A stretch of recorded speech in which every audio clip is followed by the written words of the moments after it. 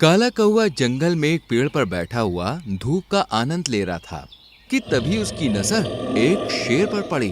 काला कौवा उस शेर को देखकर अपने आप से बोला, ये तो किसी दूसरे जंगल का शेर मालूम होता है, मगर ये यहाँ पे क्या कर रहा है? मुझे महाराज को इसकी सूचना देनी चाहिए। काला कौवा तुरंत ही उड़ते हुए अपने जंगल के शेर राजा के पास जाकर बोला, महाराज, हमारे जंगल में दूसरे जंगल का शेर घूम रहा है। मुझे उसके इरादे कुछ सही नहीं लग रहा है।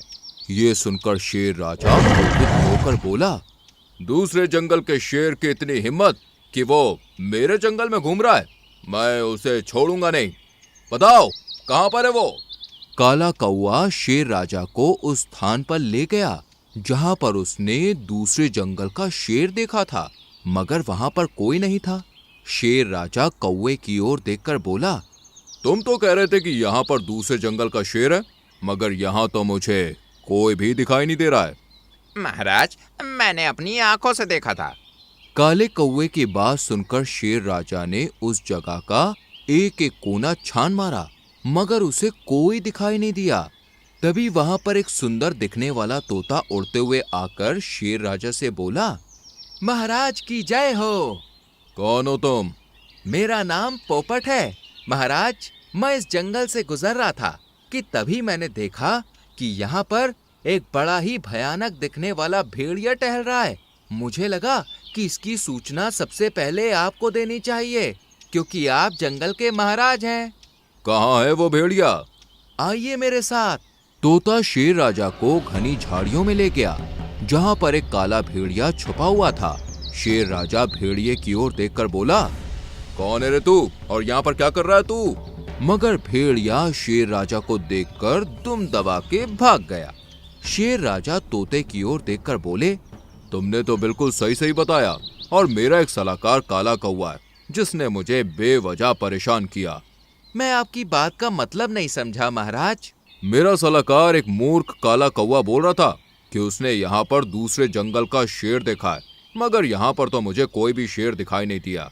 तोता काले कौवे का मजाक उड़ाते हुए शेर राजा से बोला, महाराज, सबसे पहले तो आपको अपने सलाहकार को बदल देना चाहिए। आपको एक दूसरा सलाहकार चुनना चाहिए जो कि देखने में सुंदर भी हो और सच्चा भी हो। तुम तो बातें बहुत अच्छी करते हो पोपट, और तुम सुंदर भी हो। तुम मुझे अच्छे लगे। आज से तुम ही मेरे सलाहकार हो।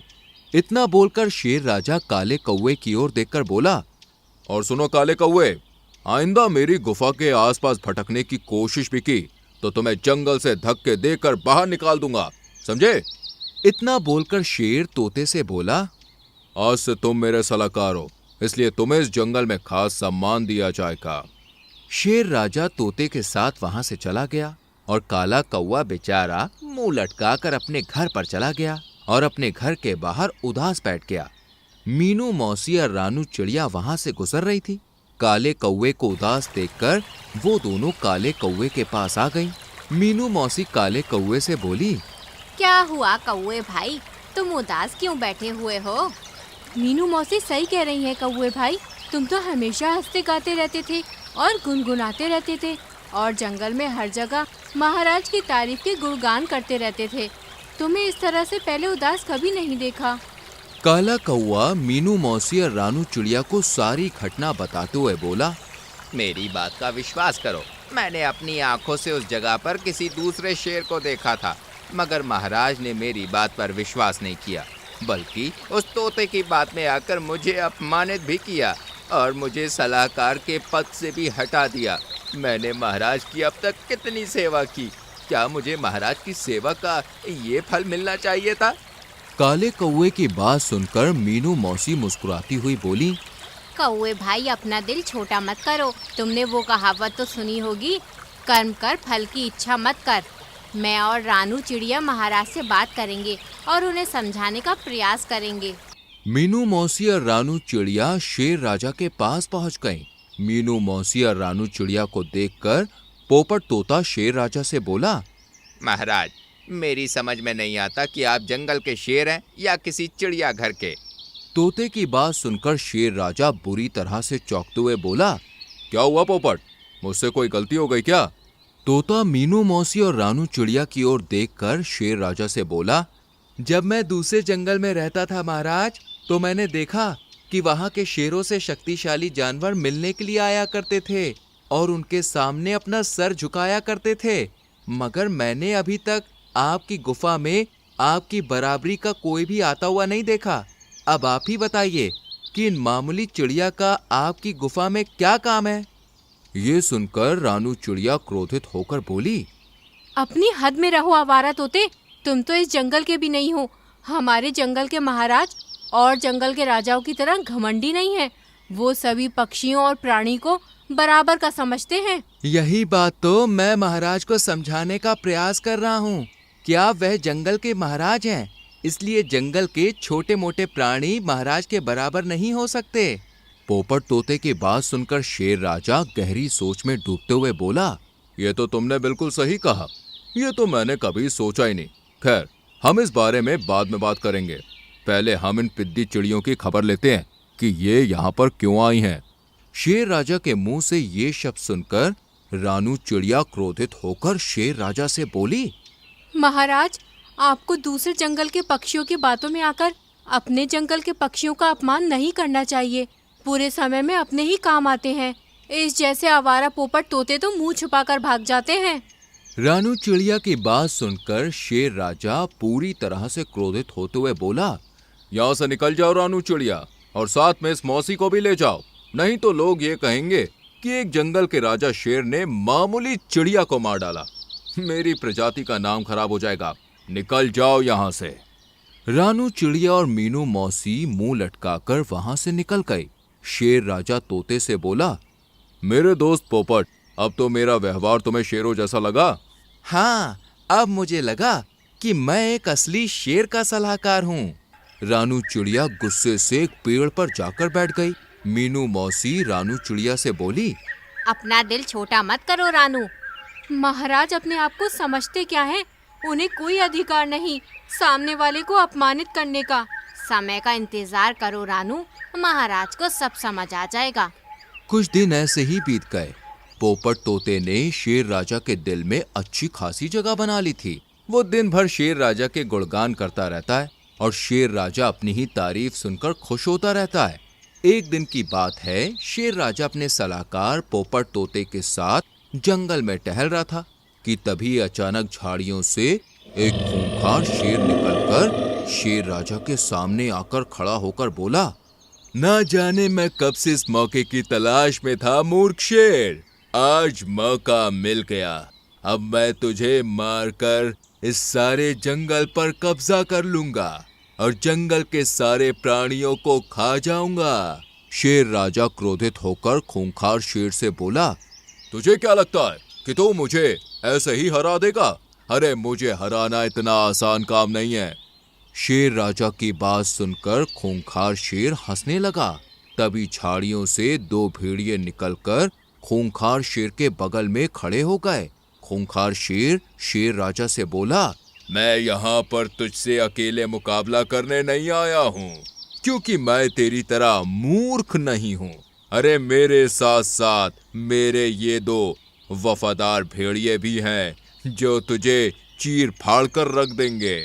शेर राजा तुरंत पोपट तोते से बोला, पोपट, जल्दी से जाकर मेरे दोस्तों को खबर दो। उनसे कहो कि उनके राजा की जान खतरे में है।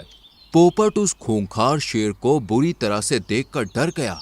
वो डरते हुए शेर राजा से बोला, नहीं महाराज, मैं ऐसा नहीं कर सकता। अगर आप युद्ध में हार गए तो ये खूंखार मुझे मार डालेगा। खूंखार शेर तोते से बोला, तू तो बहुत ही समझदार है तोते। मुझे यहाँ से जाने दो। नहीं, तुझे भी अपने महाराज के साथ मरना होगा, क्योंकि तू इस शेर राजा का सलाहकार है। अरे मैं कोई सलाहकार नहीं हूँ। मैं तो एक आजाद पक्षी हूँ जो जंगलों में घूमता रहता हूँ। जहाँ भी मुझे कोई ताकतवर दिखता है, मैं तो बस उसकी तारीफें करता हूँ, उसके साथ हो जाता हूँ। आप अगर शेर राजा को हरा देंगे तो मैं आपकी तरफ हो जाऊंगा। तूने मुझे क्या इस शेर राजा की तरह मूर्ख समझा है, जो मैं तेरे जैसे चापलूस और मतलबी तोते को अपना सलाहकार बनाऊंगा? अपनी जान बचाकर यहाँ से भाग जा, नहीं तो बेमौत मारा जाएगा। पोपट तोता तुरंत अपनी जान बचाकर वहां से उड़नछू हो गया। खूंखार शेर शेर राजा के ऊपर हमला करने ही वाला था कि तभी काला कौवा वहां पर पहुंचा। काले कौवे ने बड़ी ही फुर्ती से खूंखार शेर की आंख के ऊपर हमला कर दिया और पेड़ पे जाकर बैठ गया। खूंखार शेर बुरी तरह से तिलमिलाकर रह गया और गुस्से से बोला, मुझे कुछ दिखाई नहीं दे रहा, किस बेवकूफ ने मेरी आंखों पर हमला किया? तुम दोनों खड़े क्यों हो? उसे पकड़कर मेरे सामने लाओ। दोनों भेड़िए आसपास देखने लगे। तभी फिर से काले कौवे ने भेड़िए के ऊपर हमला कर दिया और वहां से भागने लगा। ये देखकर दोनों भेड़िए उसके पीछे भागने लगे। काला कौवा दोनों भेड़ियों को जंगल में बहुत दूर ले गया। वहीं दूसरी ओर मौका देखकर शेर राजा ने खूंखार शेर पर हमला कर दिया।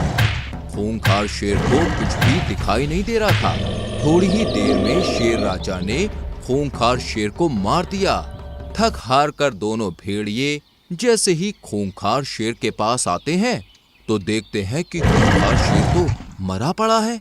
ये देखकर दोनों बहुत डर जाते हैं और दुम दबाकर वहां से भाग जाते हैं।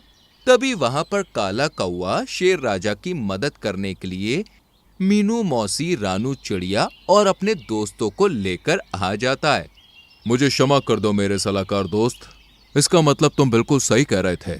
खूंखार शेर काफी समय से जंगल पर मुझ पर नजर रख रहा था और मैंने तुम पर विश्वास नहीं किया। और मैंने तुम्हें पोपट की बातों में आकर बुरा भला भी बोला और तुम्हें सलाहकार के पद से हटा दिया।